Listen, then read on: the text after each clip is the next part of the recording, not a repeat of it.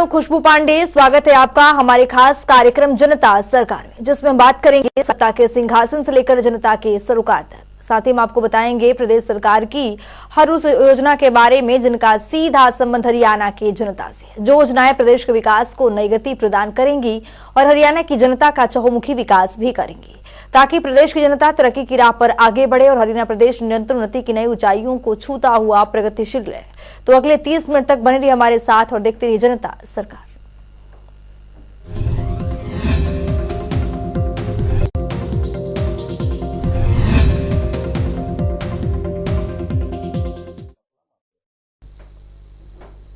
हरियाणा के मुख्यमंत्री मनोहर लाल फरीदाबाद में आयोजित 4 दिवसीय इंडिया इंटरनेशनल साइंस फेस्टिवल के समापन महोत्सव में पहुंचे थे। इस दौरान मुख्यमंत्री ने गुरुग्राम और फरीदाबाद को एक बड़ी सौगात दी है। इस दौरान मुख्यमंत्री मनोहर लाल ने कहा है कि जल्द ही फरीदाबाद और गुरुग्राम में साइंस सिटी का निर्माण किया जाएगा। इस रिपोर्ट को देखिए।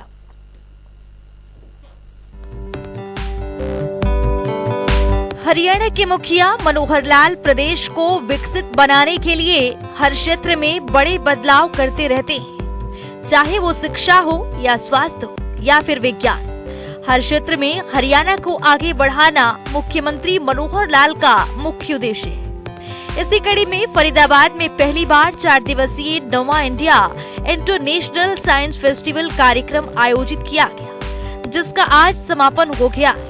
और इस समापन समारोह में मुख्यमंत्री मनोहर लाल ने इंडिया इंटरनेशनल साइंस फेस्टिवल में शिरकत करने पहुंचे थे। साथ ही उनके साथ उच्चतर शिक्षा मंत्री मूलचंद शर्मा भी मौजूद रहे। इसके साथ ही मुख्यमंत्री मनोहर लाल ने गुरुग्राम और फरीदाबाद को एक बड़ी सौगात दी है। तो आइए ग्राफिक्स पर नजर डालते हैं कि मुख्यमंत्री ने क्या कुछ घोषणाएं की है। 4 दिवसीय 9वां इंडिया इंटरनेशनल साइंस फेस्टिवल का आयोजन। साइंस फेस्टिवल में मुख्यमंत्री मनोहर लाल ने शिरकत की। गुरुग्राम फरीदाबाद को मुख्यमंत्री मनोहर लाल का बड़ा तोहफा। फरीदाबाद गुरुग्राम में जल्द बनकर तैयार होगा साइंस सिटी। 50 एकड़ की भूमि में साइंस सिटी का किया जाएगा निर्माण। साइंस फेस्टिवल में मुख्यमंत्री मनोहर लाल ने नागरिकों को संबोधित करते हुए बताया कि कोरोना के समय में जहां त्राही त्राही मच रही थी, तो वहीं प्रधानमंत्री नरेंद्र मोदी के नेतृत्व में हमारे वैज्ञानिकों ने 2 वैक्सीनों का निर्माण किया। मुख्यमंत्री ने कहा कि जिससे न केवल भारत के लोगों को राहत मिली है, बल्कि पूरे विश्व में इस वैक्सीन को भेजने का काम किया गया है। इस वैक्सीन से लोगों की जान बचाने में काफी मदद मिली है। इसके लिए वे प्रधानमंत्री नरेंद्र मोदी का धन्यवाद करते हैं। वहीं दूसरी ओर मुख्यमंत्री मनोहर लाल ने फरीदाबाद के विज्ञान मेले में पहुंचे पूरे देश भर के करीब 5000 छात्रों का धन्यवाद भी किया। अपने देश में वैज्ञानिकों का डंका तब बजा जब कोविड के समय, कोविड-19 में अमेरिका जैसे देश ने ये घोषणा कर दी कि कोविड का सबसे ज्यादा प्रभावित जो देश होगा वो भारतवर्ष होगा। क्यों? भारत की आबादी बहुत ज्यादा है, भारत एक गरीब देश है, इतने लोगों को बचाएगा कैसे?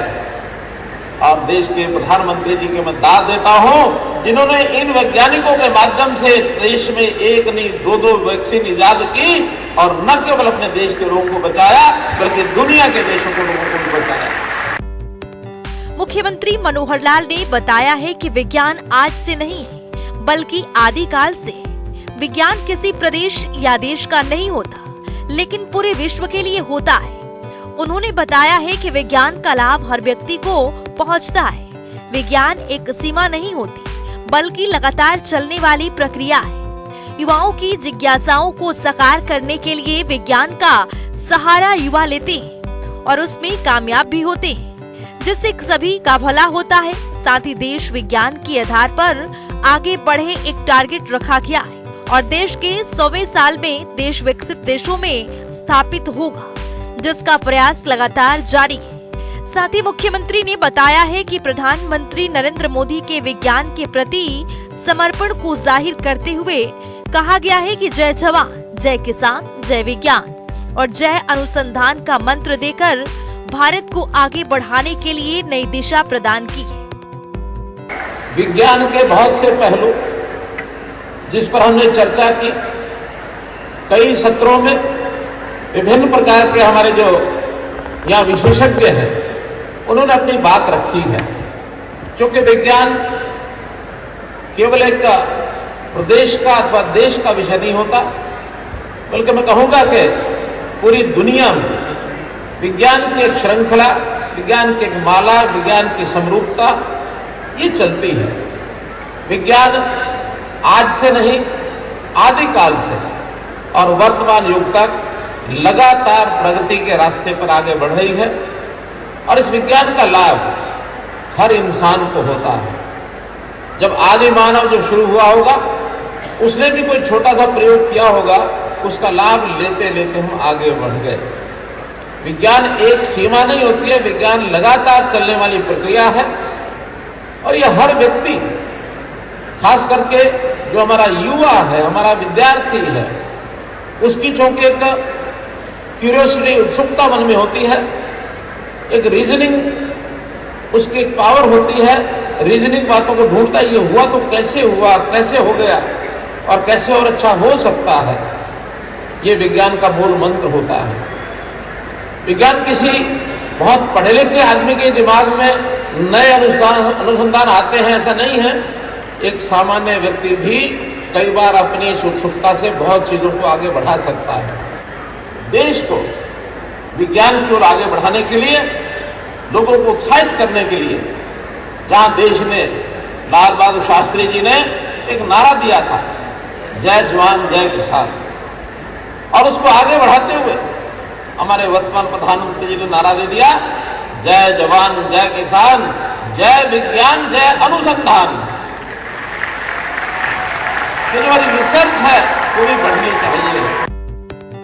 इस अवसर पर मुख्यमंत्री ने कहा है कि डीटी ड्रोन के माध्यम से हमारी कोई भी बहन बेटी खेतों में जाकर खाद का छिड़काव कर सकती है। साथ ही विकसित भारत के नाते से बहुत प्रयोग किया जा रहा है, जिससे हमारे देश की अर्थव्यवस्था काफी अच्छी हो गई है।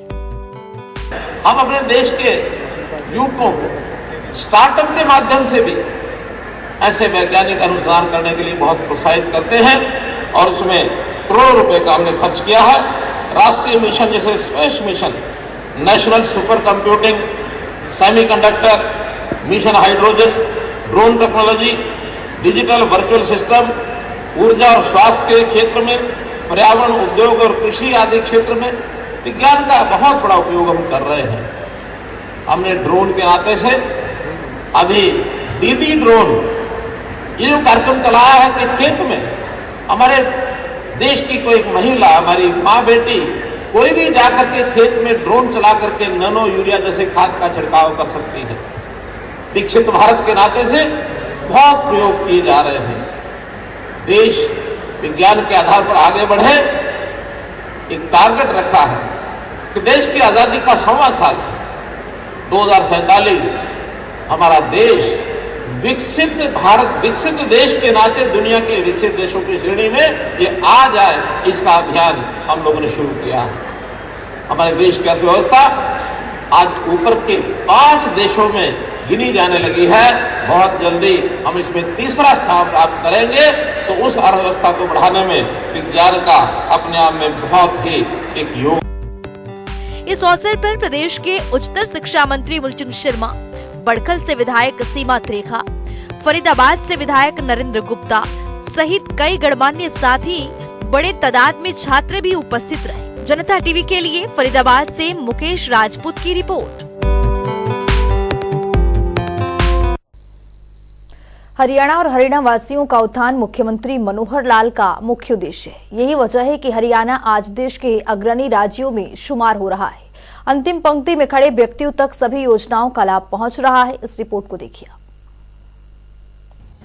पारदर्शिता के साथ काम कर रहे हरियाणा के मुख्यमंत्री मनोहर लाल निरंतर प्रदेश के हित में कई बड़े फैसले लेते रहते हैं, ताकि हरियाणा में हर वर्ग के नागरिकों का विकास हो सके। जिसके लिए मुख्यमंत्री ने प्रदेश में कई योजनाएं भी लागू की है, जिसका नागरिक भरपूर लाभ उठा रहे हैं। इसी कड़ी में मुख्यमंत्री मनोहर लाल ने कहा कि पंक्ति में खड़े अंतिम व्यक्ति तक सभी योजनाओं का लाभ पहुंचाना हमारा मकसद है। इतना ही नहीं, मुख्यमंत्री मनोहर लाल ने रामलला के प्राण प्रतिष्ठा को लेकर जानकारी देते हुए कहा कि 22 जनवरी का दिन लोगों के सैकड़ों वर्षों के संघर्ष और आस्था की जीत का दिन है। मुख्यमंत्री ने प्रदेश की जनता से आह्वान किया है कि 22 जनवरी को हर एक व्यक्ति अपने घर में दीप अवश्य जलाए। राम हमारे रोम रोम में बसे हुए हैं, हम हर सुख और दुख में उन्हें याद करते हैं। इसके साथ ही मुख्यमंत्री ने बताया कि धर्म नीति से जुड़ा हुआ विषय है। इस अवसर पर मुख्यमंत्री ने 9 सालों में प्रदेश सरकार की ओर से किए गए कार्यों को बताते हुए कहा कि हमने अपने शासनकाल में अंत्योदय की भावना के साथ आमजन के विकास के लिए कार्य किए।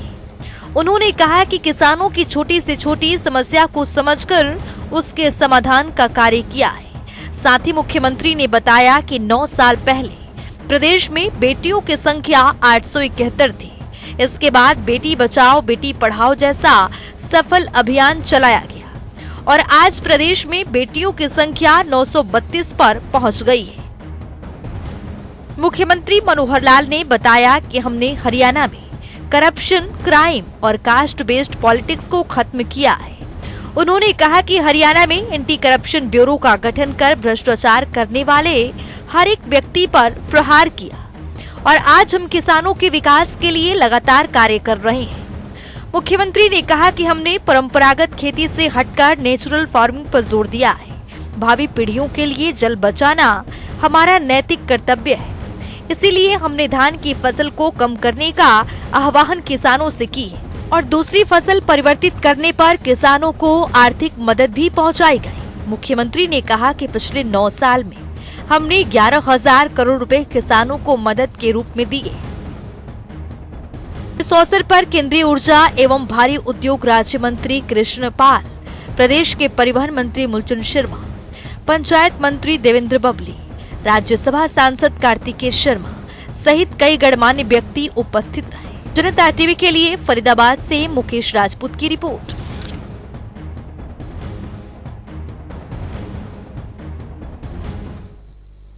मुख्यमंत्री मनोहर लाल के नेतृत्व में हरियाणा विकास के पथ पर आगे बढ़ रहा है। विकास की दिशा में तेजी से कदम बढ़ा रहे मुख्यमंत्री मनोहर लाल के मार्गदर्शन में हरियाणा प्रदेश में स्वास्थ्य लाभ के लिए कई योजनाएं चलाई जा रही हैं, जिनका लाभ हरियाणा के पात्र नागरिकों को हो रहा है।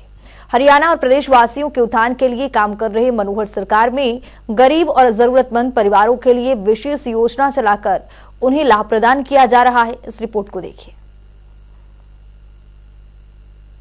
हमारी सरकार ये गरीब की सरकार, ये उस जरूरतमंद की सरकार, नीडी आदमी की, जिसको समय पर जो लाभ मिलना चाहिए वो मिल सके, इसके लिए हम काम करते हैं। हरियाणा में गरीब और जरूरतमंदों के लिए काम कर रही मनोहर सरकार ने हरियाणा की तस्वीर और तकदीर को बदलने का काम किया है। गरीब परिवारों को सरकार की महत्वपूर्ण योजनाओं का लाभ पहुंचाने के लिए मुख्यमंत्री मनोहर लाल निरंतर प्रयासरत हैं। सरकार का प्रयास है कि अंतिम पंक्ति में खड़े अंतिम व्यक्ति को उन महत्वपूर्ण योजनाओं का लाभ मिल सके जिसके लिए वो पात्र हैं। और इसी कड़ी में मुख्यमंत्री मनोहर लाल के मार्गदर्शन में राज्य सरकार 1,80,000 रुपए से कम सालाना आय वाले परिवार को योजना के तहत लाभ पहुंचाने का काम कर रही है। हम हर उस गरीब परिवार को जिसके घर में 2 समय का भोजन नहीं बन सकता या मानो 1,80,000 से नीचे इनकम है तो उसको राशन कार्ड जरूर पहुंचना चाहिए। 1 लाख रुपए की इनकम के परिवार वालों में से किसी न किसी को मुख्यमंत्री अंत्योदय परिवार उत्थान योजना जो हमने चलाई है उसमें किसी को रोजगार मिलना चाहिए। अगर वो कहीं कोई प्राइवेट काम करना चाहता है, पैसे की उसको आवश्यकता है, तो हम बैंक से लोन लेकर के भी देते हैं। ये काम भी हम कर रहे हैं गरीबों के लिए। हरियाणा को विकसित राज्य के रूप में स्थापित करने की दिशा में बढ़ रहे मुख्यमंत्री मनोहर लाल के पिछले 8 सालों के कार्यकाल में हरियाणा के हर क्षेत्र, हर वर्ग को तेजी से विकास संभव हो सका है। गरीबों के उत्थान के लिए काम कर रही मनोहर सरकार में हरियाणा में नागरिकों के स्वास्थ्य लाभ के लिए कई योजनाएं चलाई जा रही हैं। आयुष्मान भारत योजना के तहत केंद्र सरकार के मानदंडों के अनुसार हरियाणा में 15.5 लाख परिवारों को 5 लाख रुपए का स्वास्थ्य बीमा कवर प्रदान किया गया है। वहीं इस योजना का दायरा बढ़ाते हुए हरियाणा के मुख्यमंत्री मनोहर लाल के नेतृत्व में प्रदेश सरकार ने चिरायु हरियाणा योजना शुरू कर आज लगभग 32 लाख परिवारों को आयुष्मान योजना का लाभ प्रदान किया है। जो गरीब परिवार हैं उनको आयुष्मान भारत के नाते से 5 लाख आयुष्मान कार्ड के नाते से योजना जो बनाएगी, प्रधानमंत्री जी ने बनाई, 5 लाख रुपया हर परिवार का स्वास्थ्य बीमा योजना, ये भी सबको लेके दिया। 15.5 लाख परिवारों को इस योजना का लाभ ये केंद्र सरकार ने दिया। फिर भी हमें लगा कि ये योजना और लोगों को मिलनी चाहिए। जैसे हम राशन कार्ड अभी 27 लाख पहले वाले और जो नए 4 लाख या 5 लाख और जुड़े हैं, लगभग 32 लाख से ऊपर लोगों को राशन कार्ड मिला है। ऐसे सब लोगों को आयुष्मान भारत का लाभ एक नई योजना चिरायु हरियाणा करके जोड़ी, उन लाभ देने के लिए भी हम आगे आए हैं। हरियाणा प्रदेश और प्रदेशवासियों को विकास के पथ पर आगे लेकर बढ़ रही हरियाणा की मनोहर सरकार नागरिकों के स्वास्थ्य की देखभाल को सुनिश्चित करने के लिए निरोगी हरियाणा योजना भी लेकर आई है, जिसके तहत करीब 1 करोड़ से ज्यादा नागरिकों को स्वास्थ्य परीक्षण इनका किया जाएगा। और इस क्रम में अभी तक 4.5 लाख से भी ज्यादा लोगों का टेस्ट किया जा चुका है, जिससे कि किसी भी बीमारी का पता पहले ही लग जाए और उसका इलाज समय पर किया जा सके। ऐसे जो लोग हैं जो बीमार हुए नहीं हुए हों लेकिन कभी भी उनको कोई अस्वस्थता का कारण बन सकता है, तो ऐसे लोगों का क्यों नहीं एक बार यानी शारीरिक स्वास्थ्य परीक्षण ये होना चाहिए। हमने इस योजना को भी लागू कर दिया है और इस योजना का नाम रखा है निरोगी हरियाणा। और जितने भी हमारे हॉस्पिटल्स हैं, जितने हमारी CSCs हैं, जहां पर ये टेस्ट करवाए जा सकते हैं, ऐसे सब जगह वो टेस्ट कराने शुरू किए हैं। अभी तक 4.5 लाख लोगों का ये टेस्ट परीक्षण हो चुका है। बड़ी संख्या है, 1 करोड़ के लगभग संख्या है। हम आगे चल करके जितने प्राइवेट हॉस्पिटल हैं, जितने लैब्स हैं टेस्ट करने वाली, इन सबको भी एक सरकारी उनके साथ समझौता करके इनके वहां भी ऐसे जो परीक्षण हैं उनको करने का और एक हम कार्यक्रम लेने वाले हैं, ताकि करोड़ों की जनता का जो परीक्षण है ये पहले हो सके। जब स्वास्थ्य परीक्षण होगा तो छोटी बड़ी कमी चाहे जो भी नजर आएगी उसका समय पर इलाज कराना ये कई बार संभव हो पाता है। अगर पता न लगे तो बीमारी इस स्तर तक पहुंच जाती है कि कई बार तो वापस लौटना भी मुश्किल हो जाता है कि बीमारी गंभीर हो जाती है। गंभीर बीमारी, लाइलाज बीमारी, तो जीवन भी जोखिम में पड़ जाता है। तो प्रारंभ में ही अगर कोई चीज मिल जाती है तो उसको उसके हिसाब से ठीक किया जाता है। जैसे कहावत है अंग्रेजी में, nip the evil in the bud, कि कोई भी ऐसी बुराई है उसको प्रारंभिक चरणों में उसको समाप्त कर देना चाहिए। तो यही हमारे शरीर के रोग के साथ है। अगर प्रारंभिक भी कोई जानकारी मिल जाए तो उसका तुरंत इलाज कराना संभव हो जाता है। राज्य के विकास और नागरिकों के उत्थान के लिए काम कर रहे मुख्यमंत्री मनोहर लाल ने यह आह्वान किया कि जो परिवार आर्थिक रूप से संपन्न हो जाए, ऐसे परिवार स्वेच्छा से सरकारी लाभ को छोड़ दें, जिससे कि किसी अन्य जरूरतमंद परिवार को इसका फायदा मिल सके।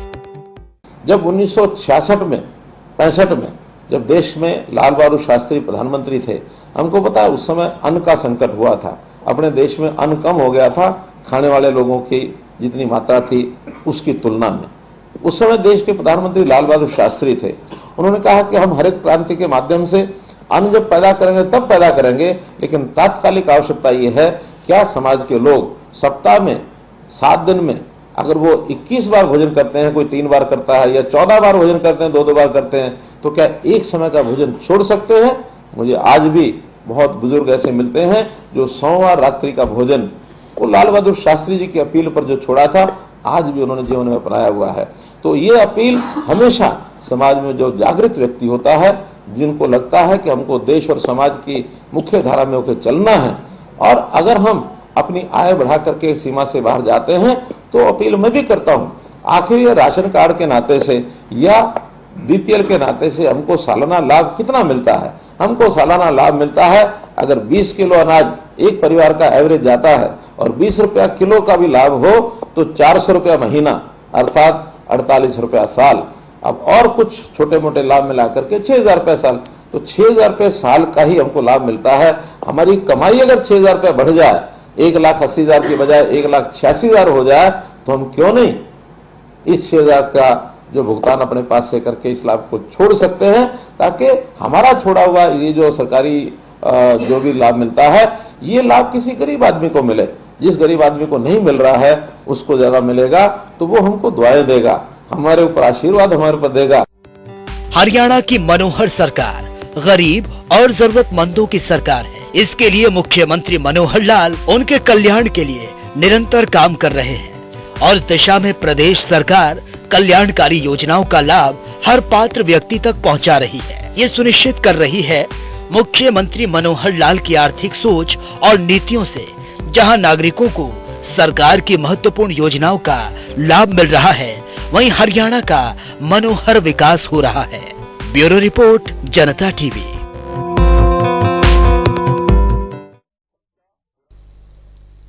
हरियाणा की मनोहर सरकार ने फसल को टूटने से बचाने और समय की बचत करने के लिए ड्रोन से नैनो यूरिया का छिड़काव करवाने का फैसला लिया है। तो आइए ग्राफिक्स पर नजर डालते हैं। तो मुख्यमंत्री की ओर से इस पहल की शुरुआत की गई है। फसल टूटने से बचेगी और समय की बचत भी होगी, किसानों को फायदा भी पहुंचेगा इससे।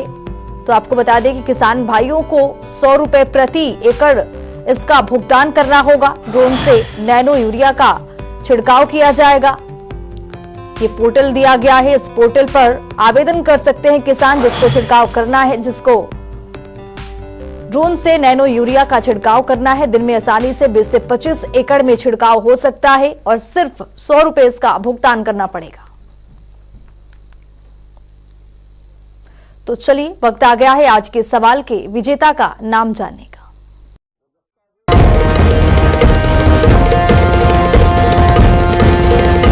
तो बात अब आज के विजेता की। जैसा कि आप जानते हैं, हर रोज एक नया सवाल पूछते हैं, सही जवाब देने वाले के नाम और तस्वीर अपने टेलीविजन स्क्रीन पर दिखाते हैं, साथ ही उसको उपहार भी देते हैं।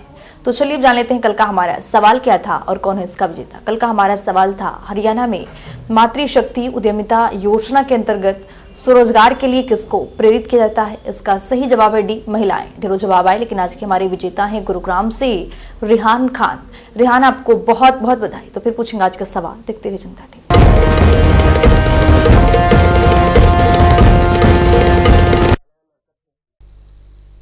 तो वक्त आ गया है आज की मुलाकात का। आज की मुलाकात में हम हर दिन नए शख्सियत से आपको रूबरू कराते हैं, उनकी कार्यप्रणाली पर बारीकी से नजर डालते हैं, जानते हुए तमाम योजनाएं जो बनी हरियाणा की जनता के लिए। तो ऐसे ही एक शख्सियत से जनता टीवी ने खास बातचीत की है। इनका नाम है अशोक कुमार बघेल, जो कि पलवल से शिक्षा अधिकारी के पद पर काबिज है। सुनिए।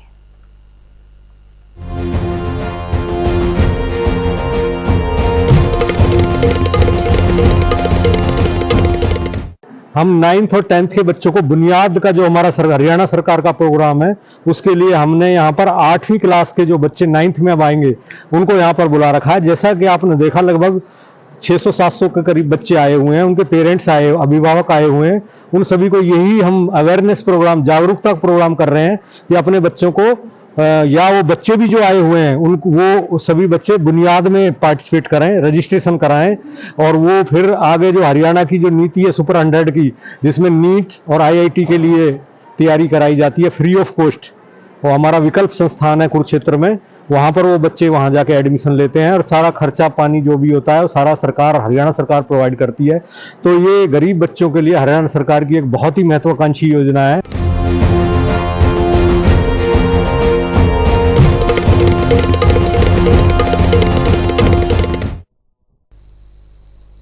तो वक्त हो गया है आज के सवाल का। तो चलिए अब जान लेते हैं आज के सवाल में क्या कुछ है।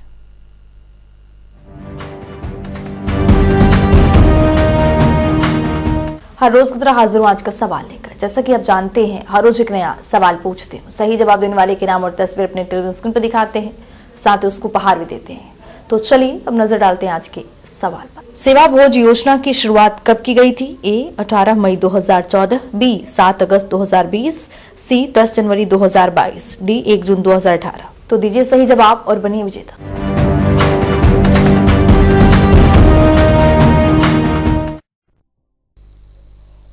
तो हमारे खास कार्यक्रम जनता सरकार में आज के लिए इतना ही। नमस्कार।